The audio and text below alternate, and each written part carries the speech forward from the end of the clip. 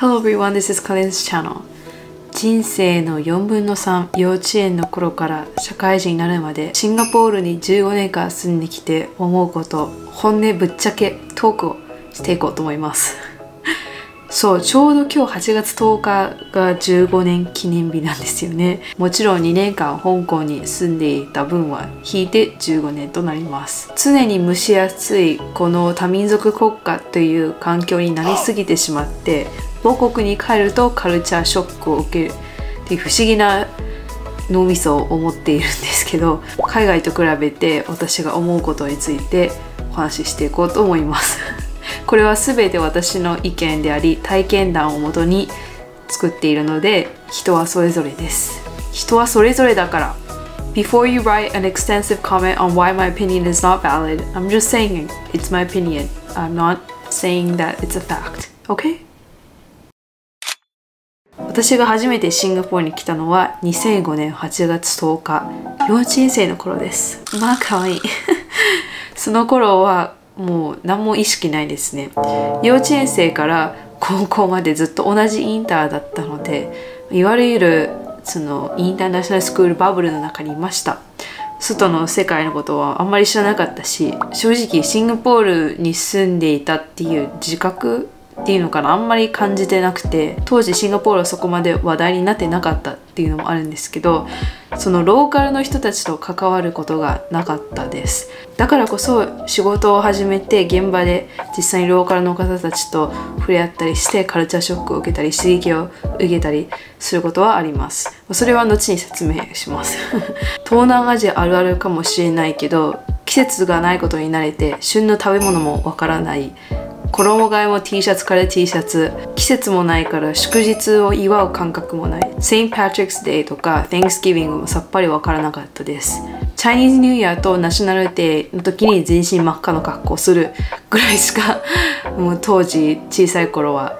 思ってなくて、逆にその大学でアメリカに行った時、季節ってこんなに楽しいんだってびっくりしました。よくあるのが日本人がシンガポールに来て、うわ蒸し暑い、季節がない、つまらないかもしれないけど、私はラプンツェルの塔の中、サウナみたいな部屋の中から解放されて、わ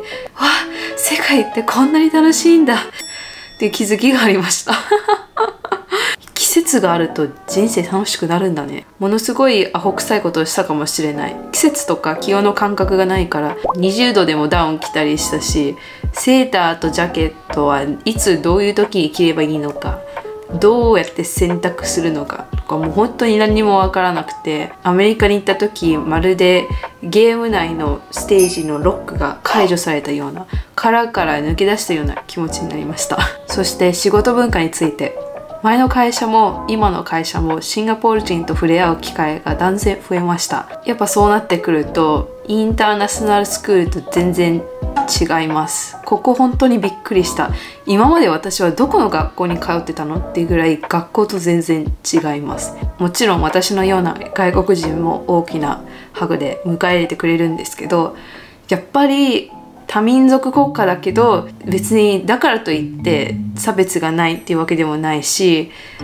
なんか偏見もありますね。シンガポール人の中での偏見もあったり、あとはテーブルマナーとかそういうのがめっちゃ気になっちゃう。シンガポール人テーブルマナーないからすごい気になっちゃう。口開けたままくちゃくちゃくちゃくちゃ、お皿はお箸でカチカチカチカチ、すっごいもう全部見える、全部聞こえるの。あとシンガポールで働いてみて最低賃金がないのも驚きました。外国人労働者の方たちの苦労している生活、差別を受けているなどのインタビュー記事を読むと、シンガポールがキラキラして見えるのは暗闇があるからなんだなと改めて思いました。要するにシンガポールのインターナショナルスクール通ってても実際のローカルの伝統文化、話し合い方、コミュニケーションの仕方、ジョーク全部全然違う。インターナショナルスクールはそれはそれですごくインターナショナルなんだなと当たり前かもしれないけど、働き始めて別の世界だったんだな。そしてシンガポールといえば物価が高い。これは私もあんまり分からなかったです。実感がなかったです。南西15年間住んでいると、4歳の頃からキノコの山を買いたければ400円ぐらいするっていう価値観がすでにインプットされていました。ごく一部の人しか車が持てない、これをもう世界の普通だと思ってたので、そこはシンガポールを出てカルチャーショックを受けたり、シンガポールってやっぱり物価が高いんだって実感するようになりました。まあ小さい頃そんなにお金のことを考えてないからね。でも一時帰国して両替アプリが入っているスマホを片手にイオンのなんか買い物してると衝撃を受けます。日本で食材買うとこんなに安いのって。多くの観光客や在住の方はシンガポールイコール物価が高いの強いイメージを持って来られるので、ホーカーに行って、あ、安いところあるじゃん、電車に乗って、あれ交通代結構お手頃なのねとびっくりするかもしれません。でも私の中の常識はシンガポール生活によって作られたので、何が普通なのかがあんまり自分を信用できないなって思うようになりました。ホーカーとかウェットマーケットも割と最近行くようになったんですね。小さい頃あんまり行かなかったし、ここ3年ぐらいかな動画も兼ねて何回か行ったりしてました。確かに物価は高いし豪遊する人はたくさんいると思います。でもシンガポールの食べ物、歴史、伝統、文化全てがカラフルでお金以上の魅力があるなと分かるようになったと思います。私の動画を見ててもほぼ全部お金を使ってない動画ばかりです。シンガポールの街ぶらとか外で撮影している系の動画、こういうところ行けるんだよ、こういう楽しみ方があるんだよっていうのを伝えたくて、意外と知られてない場所こんなにたくさんあるんだなとびっくりしました。グローバルな国だからとか多民族国家だから差別がない、みんなハッピーっていうイメージがあると思いますが、世の中そう甘くないですね。インターナショナルスクールに通ってる頃はみんなそういう教育を受けてるから、何が正しい何は差別的っていう知識があるんですけど、実際仕事場でいろんな人と話したり、幅広い方がいるんだなと実感します。男性間性交渉を禁止する法律もどうかと思うし、最近問題になっているのはSafe Distancing Ambassadors かな、そのソーシャルディスタンスを保つ係の人たち、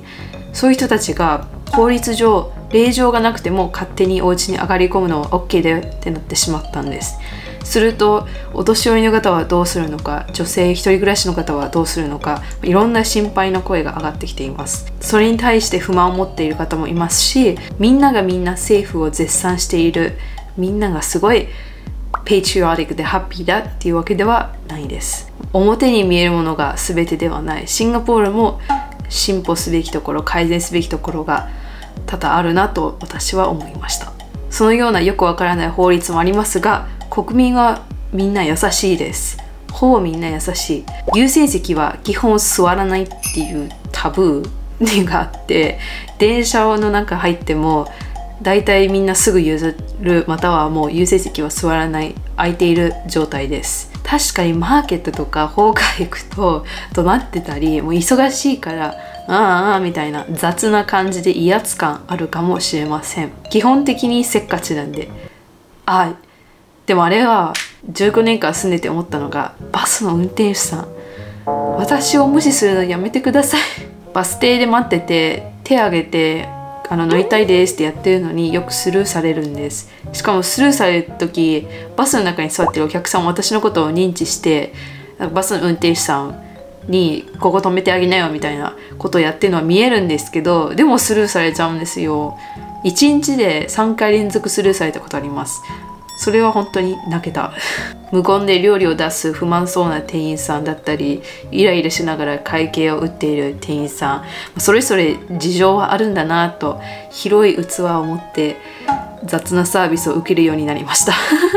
15年間その雑な扱いに慣れてきたからこそ、日本に行って神扱いされるともう寒気がします。そんな雑で楽な文化にもいいところはたくさんあります。優先順位が心地よさであることにはかなり衝撃を受けました。働き始めて洋服やメイク、会社に行く時でも割とラフな人が多いし、今なんかテレワークが主流になっているので、あなた絶対寝起きでしょっていうような状態でもカメラをオンにしてミーティングに参加してくれたり、そのラフさに感動しました。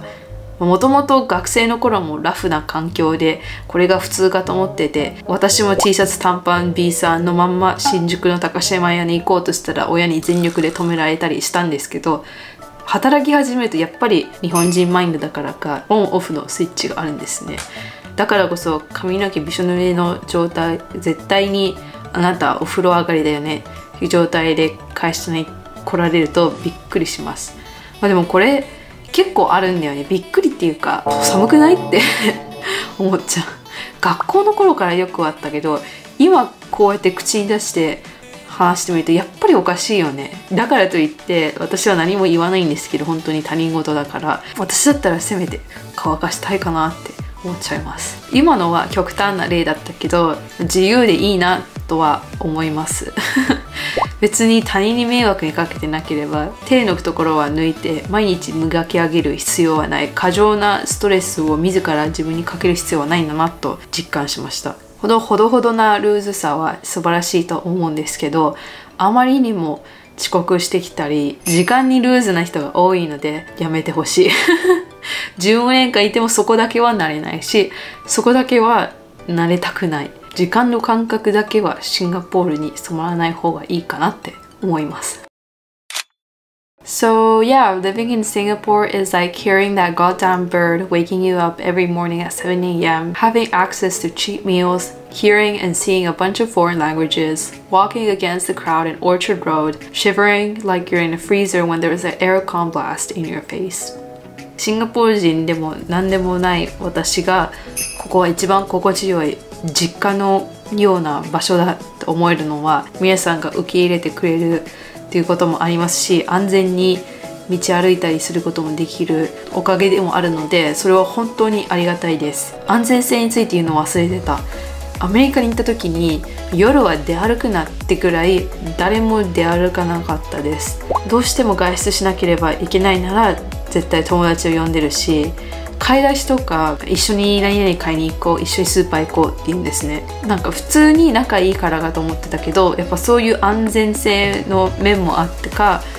私も一人行動、単独行動が減りました。アメリカで夜道歩いてると後ろに誰かいないかな、前の人もしかしたら拳銃ポケットに入ってないかな、あの人に何かされないかな、ドラッグやってないかなと結構不安になるんですね。自意識過剰ぐらいじゃないとこっちもディフェンスできないんで、出かける時は worst case scenario を考える必要がありました。初めて冬休みでシンガポールに大学から帰ってきた時、